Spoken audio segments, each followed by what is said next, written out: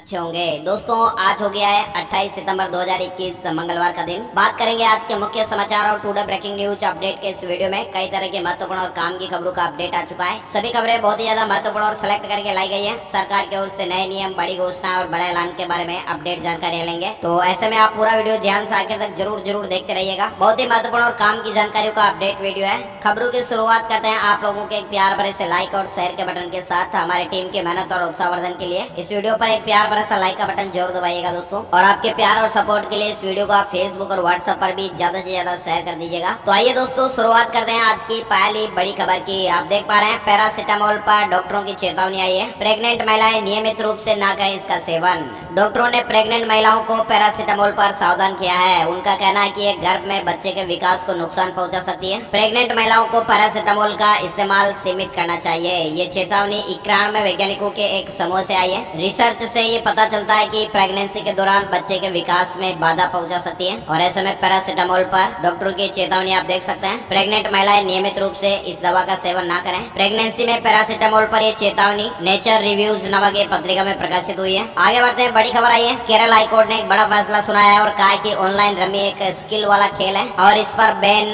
असंवैधानिक है। केरल हाईकोर्ट ने ऑनलाइन रमी को स्किल से जुड़ा हुआ बताते हुए इस पर बैन लगाने को असंवैधानिक करार दे दिया है। न्यायमूर्ति टी.आर. रवि की सिंगल बेंच ने राज्य सरकार के बैन के खिलाफ दायर याचिकाओं में सुनवाई करते हुए यह आदेश दिया है। कोर्ट ने कहा कि रम्मी जैसे पैसे के लिए खेले जाने वाले कौशल के ऑनलाइन गेम पर प्रतिबंध लगाना मनमाना और मौलिक अधिकारों का उल्लंघन है। कोर्ट ने सरकार के नोटिफिकेशन को असंवैधानिक बताते हुए इस पर रोक लगाने से इनकार कर दिया है। याचिकाकर्ताओं ने केरल सरकार के 23 फरवरी 2021 को जारी आदेश को चुनौती दी थी। सरकार ने केरल गेमिंग अधिनियम 1960 के प्रावधानों के तहत राज्य में ऑनलाइन रम्मी पर बैन लगा दिया था। वैसे दोस्तों आप लोगों को क्या लगता है, इस तरह के गेम पर बैन लगना चाहिए या नहीं? अपनी राय कमेंट बॉक्स में जरूर बताइएगा। खेल को खेल की भावना से ही खेला जाना चाहिए। ऑनलाइन सट्टेबाजी वगैरह ये तो नुकसान पहुंचाती है। और वैसे भी आप लोगों की क्या राय है कमेंट में जरूर बताइएगा। चलिए आगे बढ़ते हैं, अगली बड़ी खबर आई है। विश्व पर्यटन दिवस पर केजरीवाल सरकार ने दिल्ली में दिल्ली टूरिज्म ऐप लॉन्च किया है। देखो मेरी दिल्ली ऐप के जरिए आप दिल्ली में कौन कौन से ऐतिहासिक स्थल है, कौन कौन से मनोरंजन के स्थल है, कौन कौन से पार्क है, उससे जुड़ी हर जानकारियाँ इस ऐप पर देख पाएंगे। विश्व पर्यटन दिवस के मौके पर दिल्ली सरकार ने दिल्ली में पर्यटन को बढ़ावा देने के लिए इस तरह का ये मोबाइल ऐप लॉन्च किया है। देखो मेरी दिल्ली नाम का ये दिल्ली टूरिज्म ऐप बनाया गया है। साथ ही अगली बड़ी खबर आ रही है।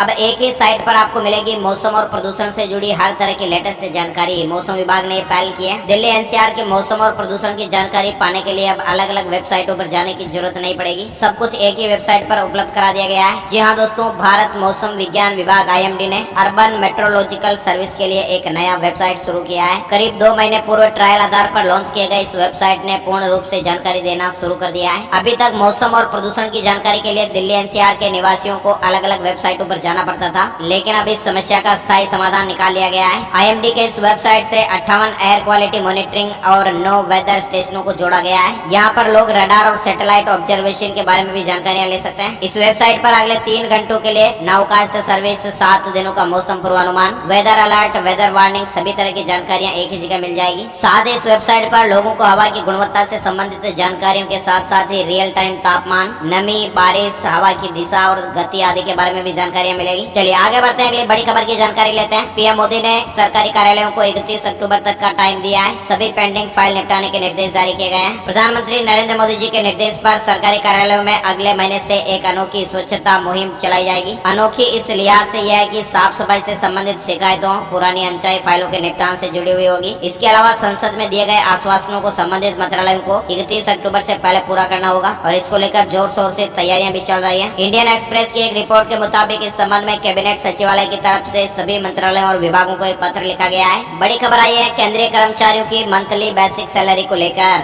बड़ा अपडेट आया है। सरकार ने ये बात कही है। लंबे समय से इंतजार कर रहे कर्मचारियों और पेंशनर्स को उनका बढ़ा हुआ महंगाई भत्ता मिलने लगा है। केंद्रीय कर्मचारियों को एक मोर्चे पर निराशा हाथ लगी है। दरअसल सरकार ने केंद्रीय कर्मचारियों की मंथली बेसिक सैलरी बढ़ाने पर विचार से इनकार कर दिया है। वित्त राज्य मंत्री पंकज चौधरी ने एक सवाल के लिखित जवाब में बताया कि केंद्र सरकार ऐसी किसी भी योजना पर कोई विचार नहीं कर रही है। बड़ी खबर आई है, गूगल क्रोम यूजर सावधान हो जाइएगा क्योंकि आपका डेटा हैक किया जा सकता है, ब्राउजिंग पेज हैक किया जा सकता है। गूगल क्रोम ने अपने 2 अरब से ज्यादा यूजर्स को एक अलर्ट जारी किया है और कहा गया है कि तुरंत ही अपने वेब ब्राउजर को अपडेट कर लीजिएगा। बताया गया है कि एक एक्सप्लॉइट काफी खतरनाक है और किसी भी यूजर के ब्राउजर को हैक कर सकता है। इसलिए अगर आप भी गूगल क्रोम इस्तेमाल करते हैं तो अपने ब्राउजर को निश्चित रूप से अपडेट कर लीजिएगा। नेक्स्ट बड़ी खबर आ रही है, कोरोना से मौत पर परिवार को मुआवजा देने के लिए गृह मंत्रालय ने राज्यों को आदेश जारी किया है। सुप्रीम कोर्ट के एक फैसले के बाद गृह मंत्रालय ने सोमवार को कोविड-19 से जान गंवाने वालों के परिजनों को 50,000 रूपए की अनुग्रह राशि देने के आदेश जारी कर दिया है। पिछले साल महामारी की शुरुआत के बाद से देश भर में कोरोना संक्रमण से 4,40,000 से अधिक लोगों की जानें जा चुकी है। राज्यों को भेजे गए एक पत्र में गृह मंत्रालय ने कहा कि परिजनों को दी जाने वाली यह राशि राज्य आपदा प्रतिक्रिया कोष SDRF से बांटी जाएगी। SDRF राज्य सरकारों के पास उपलब्ध प्राथमिक कोष है और इसका उपयोग पीड़ितों को तत्काल राहत प्रदान करने पर होने वाले खर्च को पूरा करने के लिए होता है। बड़ी खबर आई है, पाकिस्तान में बेरोजगारी दर सबसे उच्चतम स्तर पर है। बेरोजगारी का पाकिस्तान में क्या हाल है आप देख सकते हैं। एक चपरासी पद के लिए 15 लाख लोगों ने आवेदन किया है। पाकिस्तान में इमरान खान सरकार लोगों को रोजगार देने में विफल साबित हुई है। सोमवार को Pakistan institute of development economics के आंकड़ों के मुताबिक पाकिस्तान में बेरोजगारी दर 16% तक पहुँच गई है। खबर है कि पाकिस्तान में 24% शिक्षित लोग बेरोजगार हैं। आगे बढ़ते हैं, बड़ी खबर, ऐतिहासिक फैसला, स्विट्जरलैंड में समलैंगिक जोड़ों को मिली शादी की मंजूरी।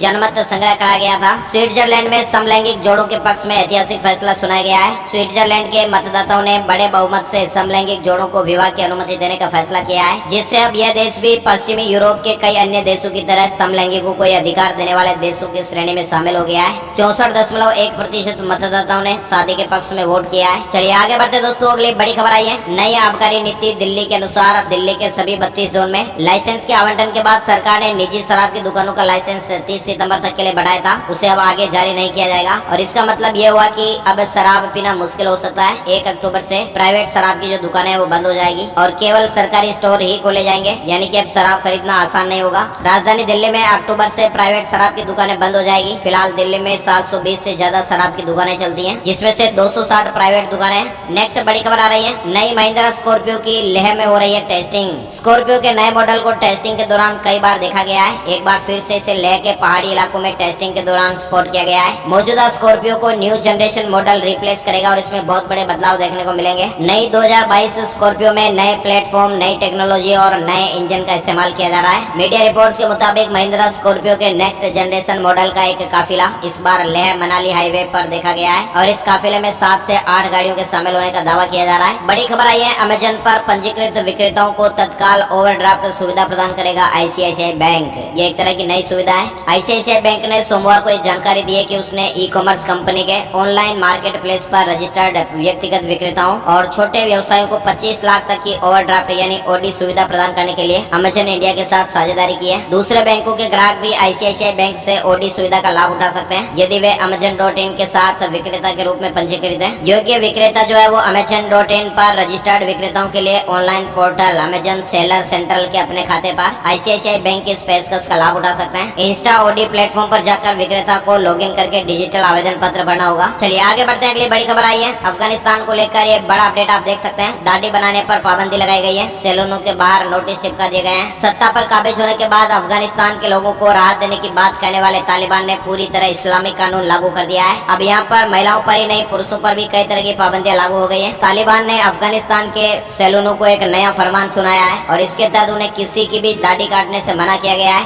नए नियम के तहत उन्हें इस्लामिक कानून के तहत ही पुरुषों की दाढ़ी या बाल बनाने होंगे। बड़ी खबर आ रही है, पर्यावरण के लिए खतरा बनी मध्य प्रदेश की 25 प्लास्टिक यूनिट बंद की जाएगी। ये यूनिट सिंगल यूज प्लास्टिक से बनने वाली प्लेटें, कप, गिलास, चम्मच, चाकू, ट्रे आदि 18 तरह की सामग्रियों का उत्पादन कर रही है, जो एक बार उपयोग होने के बाद पर्यावरण के लिए सिरदर्द बन जाती है, आसानी से नष्ट भी नहीं होती है और गंभीर नुकसान भी पहुंचाती है। अब इनका विकल्प पत्ते, गन्ने की खोई, नारियल के छिलके और केले के डंठल से बने दोने, पत्तल, मिट्टी के कुल्हड़, स्टील के बर्तन और क्रोकरी से बने बर्तन होंगे और इससे स्थानीय स्तर पर घरेलू उद्योगों को भी बढ़ावा मिलेगा। बड़ी खबर आ रही है, भारत बंद रहा, इसको लेकर एक बड़ी खबर है। किसानों ने दिल्ली मेरठ एक्सप्रेसवे खोल दिया है। राकेश टिकैत ने कहा कि हमारा भारत बंद सफल रहा है। किसानों के भारत बंद का असर विशेष रूप से हरियाणा, पंजाब और पश्चिमी उत्तर प्रदेश में दिखाई दिया। विभिन्न जगहों पर प्रदर्शनकारियों ने राजमार्गों और प्रमुख सड़कों को अवरुद्ध कर दिया। कई स्थानों पर रेल की पटरियों पर भी प्रदर्शनकारी बैठ गए थे और इससे रेल यातायात भी प्रभावित हुआ। हालांकि देश का ज्यादा हिस्सा इससे प्रभावित नहीं दिखा। बंद का अधिकतर असर गुड़गांव, गाजियाबाद, नोएडा सहित दिल्ली NCR के क्षेत्रों में दिखाई दिया। साथ ही अगली बड़ी खबर, साइक्लोन गुलाब अपडेट्स आप देख सकते हैं। चक्रवाती तूफान गुलाब के चलते आंध्र प्रदेश में बाढ़ जैसे हालात हैं, लेकिन अब ये तूफान कमजोर हो चुका है। चक्रवाती तूफान गुलाब फिलहाल कमजोर पड़ गया है और मौसम विभाग के ताजा अपडेट के मुताबिक उत्तरी आंध्र प्रदेश और उससे सटे दक्षिण ओडिशा के ऊपर इस तूफान का असर कमजोर हो गया है। हालांकि इस तूफान के चलते देश के कई राज्यों में भारी बारिश का अलर्ट जारी किया गया है। वेदर अपडेट में आप देख सकते हैं कि चक्रवाती तूफान गुलाब का असर। इन राज्यों में अगले 2 से 3 दिन बारिश होने का अनुमान है। ये चक्रवात गुलाब कमजोर होकर दक्षिण छत्तीसगढ़ और उससे सटे इलाकों में गहरे दबाव का क्षेत्र बन गया है। डीप डिप्रेशन पश्चिमी दिशा में आगे बढ़ेगा और महाराष्ट्र के ऊपर कम दबाव के क्षेत्र में बदल जाएगा। मानसून की ट्रफ रेखा जैसलमेर, कोटा, सागर, गहरे दबाव के केंद्र और फिर पूर्व की ओर बंगाल की पूर्वी मध्य खाड़ी से गुजर रही है। चक्रवाती हवाओं का क्षेत्र पूर्व मध्य और म्यांमार तट से सटे उत्तर पूर्व बंगाल की खाड़ी के ऊपर बना हुआ है और इसकी वजह से देश के कई राज्यों में अगले 2 से 3 दिन तक भारी बारिश की संभावना है। मौसम विभाग के मुताबिक महाराष्ट्र, मध्य प्रदेश, छत्तीसगढ़, तेलंगाना, आंध्र प्रदेश और कर्नाटक में भारी बारिश होने का अनुमान जताया है। साथ अगली बड़ी खबर आई है, किसानों के हर जन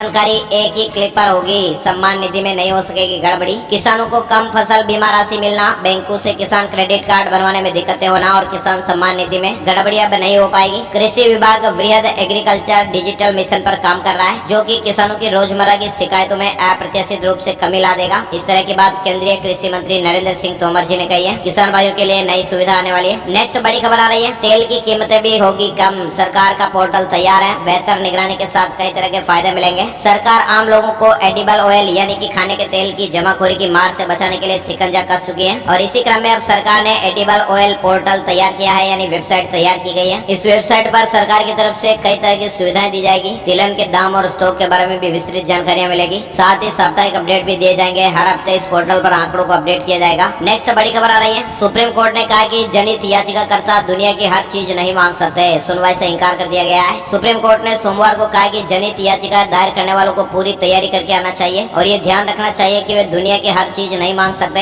शीर्ष अदालत ने कहा है कि नीति के मामले में कमी को इंगित करना जनहित याचिकाकर्ता का दायित्व है और इसके समर्थन में कुछ आंकड़े और उदाहरण भी होने चाहिए। याचिकाकर्ता हर चीज अदालत या फिर सरकार पर नहीं छोड़ सकता है और ऐसे में जनहित याचिका पर सुनवाई करने से सुप्रीम कोर्ट ने इंकार कर दिया। दरअसल एक याचिका दायर की गई थी जिसमें राष्ट्रीय स्वास्थ्य नीति 2017 को लागू करना है, कोरोना से मृत लोगों के आश्रितों के लिए आजीविका की व्यवस्था करने और अन्य निर्देश देने की मांग की गई थी। इससे पहले पीठ ने कहा कि इस तरह की याचिकाओं के साथ समस्या यह है कि आप कई तरह की मांगे करते हैं। अगर आप सिर्फ एक मांग करें तो हम इससे निपट सकते हैं, लेकिन आप दुनिया की हर चीज की मांग करने का दावा करते हैं। चलिए आगे बढ़ते हैं। बड़ी खबर आ रही है, अचानक ऐसा क्या हुआ जो पूरे ब्रिटेन में हो गई पेट्रोल की भारी किल्लत। आइए जानते हैं। सरकार यदि समस्या को अनदेखा कर दे तो स्थितियां गंभीर होते देर नहीं लगती है और ऐसा ही ब्रिटेन में हुआ है। ब्रिटेन की बोरिस जॉनसन सरकार ट्रक ड्राइवर्स की कमी को लगातार अनदेखा करती रही और इसका नतीजा ये रहा कि पूरा ब्रिटेन पेट्रोल के संकट से जूझ रहा है। देश के ज्यादातर पेट्रोल पंप सूख गए हैं। जहां पर तेल मिल रहा है वहां पर लोगों की भारी भीड़ है। इस तरह के बोर्ड लगाए गए हैं। ब्रिटेन में इस समय पेट्रोल की भारी किल्लत बताई जा रही है। हालात इतने बिगड़ चुके हैं कि प्रधानमंत्री बोरिस जॉनसन सेना की मदद लेने पर विचार कर रहे हैं और ऐसा माना जा रहा है कि जल्द ही पेट्रोल पंपों पर सेना के जवान तैनात किए जाएंगे ताकि लोगों को बेकाबू होने से रोका जा सके। बड़ी खबर आई है, आईसीआईसीआई डायरेक्ट ने दी इन 2 शेयर को खरीदने की सलाह और कहा कि 12% तक ऊपर जा सकते हैं। आईसीआईसीआई डायरेक्ट का इन शेयर्स के बारे में यह मानना है कि मजबूत तकनीकी अप ट्रेंड और पैटर्न, मजबूत फंडामेंटल के साथ 10 से 12% के बीच ऊपर जा सकते हैं। निफ्टी 50 और बीएसई सेंसेक्स ने अब तक के नए उच्चतम स्तर को छुआ है और इसके धीमा होने की संभावना नहीं है। सेंसेक्स अब 60,000 अंक के ऊपर है जबकि निफ्टी 50 पहले से कई ज्यादा 18,000 के करीब है। साथ ही अगली बड़ी खबर आई है, एसबीआई बैंक ने एक बार फिर अलर्ट जारी किया है और ये कहा कि क्यूआर कोड स्कैन पेमेंट के दौरान आपको सतर्क रहना चाहिए। होता ना दोस्तों, कई बार हम क्यूआर कोड स्कैन करके पेमेंट कर देते हैं, तो क्यूआर कोड से अगर हम पेमेंट कर रहे हैं तो हमें अलर्ट जारी हुआ है। क्यूआर कोड का इस्तेमाल तेजी से बढ़ा है, लेकिन इसके साथ ही इससे जुड़े खतरे भी बढ़ने लगे हैं। एसबीआई ने यूजर्स को अलर्ट किया कि पैसे प्राप्त करने के लिए क्यूआर कोड का इस्तेमाल कभी नहीं किया जाता है, इसलिए कोई भी पैसे प्राप्त करने के लिए क्यूआर कोड स्कैन करने के लिए अगर आपसे कहता है तो ऐसा करने से आपको बचना चाहिए। क्यूआर कोड के जरिए पेमेंट करते हैं। बड़ी खबर आ रही है, नितिन गडकरी ने कहा कि 3 साल में बन जाएगा जम्मू श्रीनगर हाईवे। 8 घंटे में दिल्ली कश्मीर का सफर पूरा होगा। मेगा हाईवे और टनल प्रोजेक्ट पूरा होने पर दिल्ली से कश्मीर तक सड़क से सफर 8 घंटे में पूरा होगा। साथ ही अगली बड़ी खबर आ रही है, नई योजना की सौगात मिल गई है। पीएम मोदी जी ने लॉन्च कर दिया है प्रधानमंत्री डिजिटल हेल्थ मिशन। 14 डिजिट की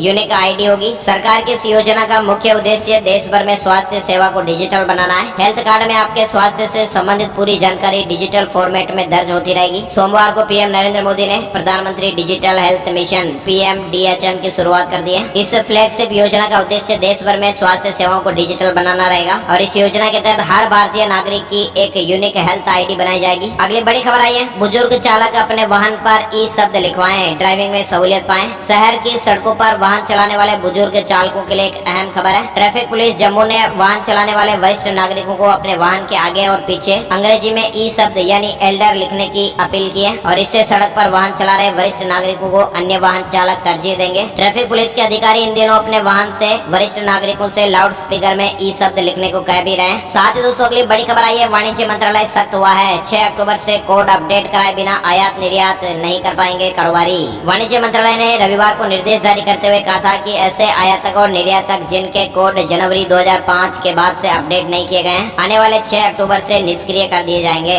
मंत्रालय ने कहा कि ये कदम देश में वास्तविक व्यापारियों की संख्या जानने के लिए उठाया जा रहा है। यानी आयातक निर्यातक कोड जो है वो एक तरह का कारोबार पहचान संख्या होती है। विदेश व्यापार निदेशालय की ओर से जारी होने वाली इस संख्या के बिना कोई भी व्यापारी आयात और निर्यात नहीं कर सकता है। बड़ी खबर आ रही है, स्कूल रीओपन को लेकर राजस्थान में खुल गए हैं कक्षा 1 से 5वीं तक के स्कूल। यूनिफॉर्म के लिए भी नियम लागू हैं। राजस्थान के स्कूल 27 सितंबर 2021 से कक्षा 1 से 5 के लिए फिर से खुल गए। राज्य सरकार द्वारा प्राथमिक स्कूलों को फिर से खोलने का निर्णय लिया गया था। प्राथमिक छात्रों को ओड इवन आधार पर कक्षाओं में भाग लेने के लिए स्कूलों में बुलाया गया है। स्कूल में प्रवेश करने से पहले हर रोज छात्रों के तापमान की जांच की जाएगी। इसके अलावा दोस्तों स्कूलों में 50% अटेंडेंस की अनुमति दी गई है। स्कूलों में छोटे बच्चे कोई भी ड्रेस पहनकर जा सकते हैं। स्कूल यूनिफॉर्म अनिवार्य नहीं है। बड़ी खबर आई है, फार्मर्स प्रोटेस्ट को लेकर पंजाब के सीएम का फैसला, आंदोलन के दौरान जान गंवाने वालों के परिवारों से मिलकर नियुक्ति पत्र सौंपेंगे मंत्री।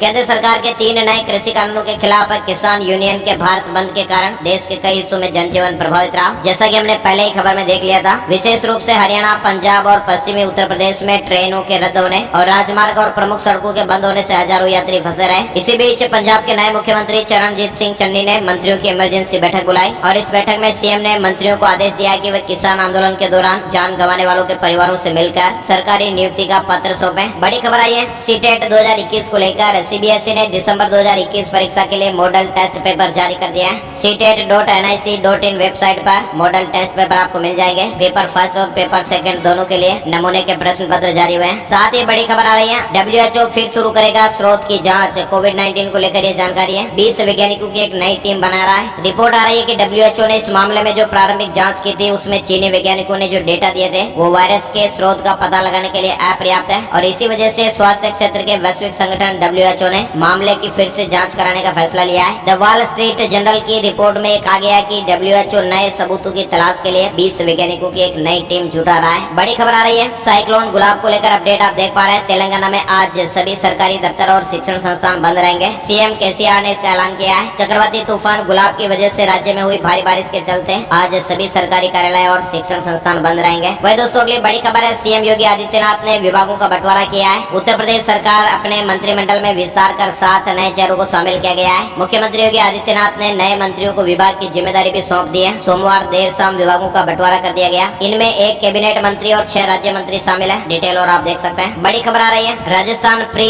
DLED प्रवेश परीक्षा के रिजल्ट घोषित हो गए हैं। 27 सितंबर 2021 को परिणाम जारी हो गया। साथ ही दोस्तों बड़ी खबर देख पा रहे हैं, दिल्ली में हर सप्ताह बढ़ रहा डेंगू मलेरिया का खतरा। एक सप्ताह में तेजी से बढ़े 17% मरीज। राजधानी दिल्ली में हर सप्ताह मच्छर जनित बीमारियों का खतरा तेजी से बढ़ रहा है। एक सप्ताह पहले जहाँ डेंगू के मामलों की संख्या काफी कम थी, लेकिन अब बढ़ोतरी देखने को मिल रही है। नेक्स्ट बड़ी खबर आई है, UP TET 2021 date. Uttar Pradesh शिक्षक पात्रता परीक्षा का टाइम टेबल जारी हो गया है और ऐसे में अब नई शिक्षक भर्ती का रास्ता भी साफ हो गया है। साथ ही बड़ा अपडेट आप देख पा रहे हैं, अब मानक आधारित होंगे अगरबत्ती उत्पाद। BIS, FFDC और अगरबत्ती एसोसिएशन तय कर रहे हैं व्यवस्था को। जिसने जैसी भी अगरबत्ती बनाकर बाजार में उतार दी उसकी बिक्री शुरू हो गई। अब ऐसा नहीं होने वाला है। भारतीय मानक ब्यूरो अगरबत्ती उत्पादों के मानक निर्धारित करने जा रहा है। अगरबत्ती एसोसिएशन को साथ लेकर नई व्यवस्था बनाई जा रही है और इसमें यह तय किया जाएगा कि केमिकल व बम्बू स्टिक कैसे होने चाहिए, साथ ही इनका अनुपात कैसा होना चाहिए। इसके अलावा स्टिक की लंबाई और मोटाई भी तय होगी और इसी आधार पर मटेरियल का प्रतिशत तय होगा। नेक्स्ट बड़ी खबर की बात करते हैं, corona virus in India update. बीते 24 घंटे में हमारे देश में कोरोना वायरस के 26,041 नए मामले सामने आए हैं। 276 लोगों की जान गई है। बात कर लेते हैं दोस्तों gold price today, silver price today update को लेकर जानकारी। सोने चांदी के ताजा रेट अपडेट। सराफा बाजारों में सोमवार को जेवराती सोना यानी 18 और 14 कैरेट गोल्ड के भाव में गिरावट दर्ज हुई है। इसके अलावा 22 से लेकर 24 कैरेट सोने में मामूली तेजी देखने को मिली। India bullion and jewellers association की वेबसाइट के मुताबिक 27 सितंबर 2021 को देश भर के सराफा बाजारों में सोने चांदी के हाजिर भाव इस तरह से रहे।